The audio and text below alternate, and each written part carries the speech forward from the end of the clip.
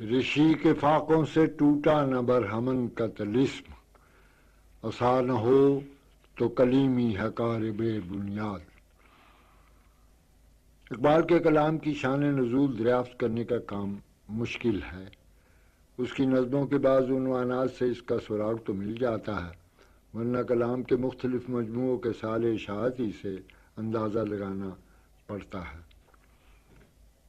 उसके ग़ज़लिया अशार में ये काम आकर और भी कठिन हो जाता है। अलबत्ता बाज़ अशार ऐसे भी हैं कि वह उन वाक़यात से मुतासिर होकर लिखे गए हैं जिनसे बाज़ पुराने लोग शायद आशना हो। अभी इन्हीं दिनों में मैंने उनके एक शेर की शरह करते हुए इंग्लिस्तान की एक सियासी फ़ज़ा का तज़किरा किया था। आज का शेर हिंदुस्तान में जंग आज़ादी के सिलसिले से वाबस्ता है। बरे सगीर पाक व हिंद में अंग्रेज़ी हुकूमत के ख़िलाफ़ जब एहतजाज की आवाज़ बुलंद हुई तो उसकी मुख्तलिफ सूरतें थीं। बाज़ जमातें इंतहा पसंद थीं जिनमें तशद्दुद भी शामिल था। बाज़ आइन के हदूद में रहकर काम करना मुनासिब समझते थे। बाज़ लोग एतदाल पसंद थे और उनमें बाज़ पैसिव किस्म के लोग यानी मनफी नज़रिया रखने के कायल थे। वो तरह तरह के हिले इख्तियार करते थे। गांधी अक्सर बरत रख लेते, उससे आगे निकलते तो फाकों पर उतर आते, लेकिन फाकों से हाकिम कौम कब डरने वाली थी।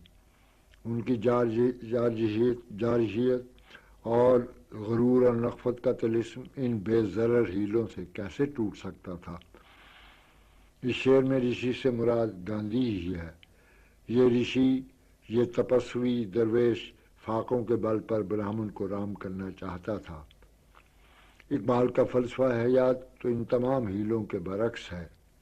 वो तशद्दुद का हामी नहीं था, लेकिन उस फ़ख्र का कायल था जिसकी अखलाकी और रूहानी क़ुव्वत के आगे शहनशाहियत सरनगू हो जाती थी।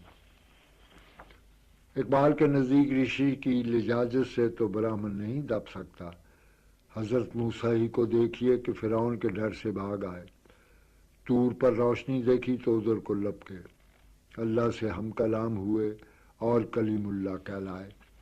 लेकिन खाली कलीमी से काम नहीं चलता था। ये काम यद बैज़ा और असा से हुआ।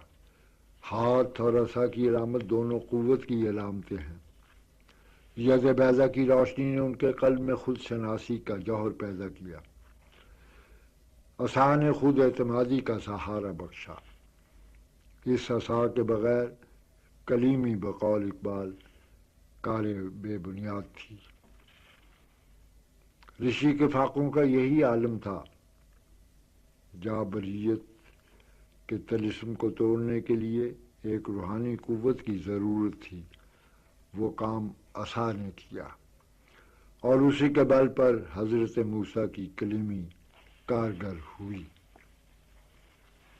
इकबाल के यहाँ ऐसी अलामतें ख़ास मफ़हूम की हामिल हैं।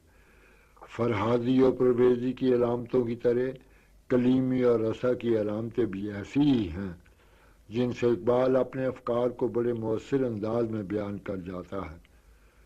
उसका कमाल फ़न ये है कि उसकी ये जिद्दत तराज़ी मफ़हूम के ज़हन नशीन कराने वक्त बजाय दिक्कत के बजाय सहूलत पैदा करती है और असर अंगेज़ होती है। उसकी बात फ़ौरन दिल में उतर जाती है। इकबाल एक मर्द फ़कीर और एक ऋषि का फ़र्क वाज़े करना चाहता था, जो उसने नहायत खूबसूरती से वाज़े कर दिया।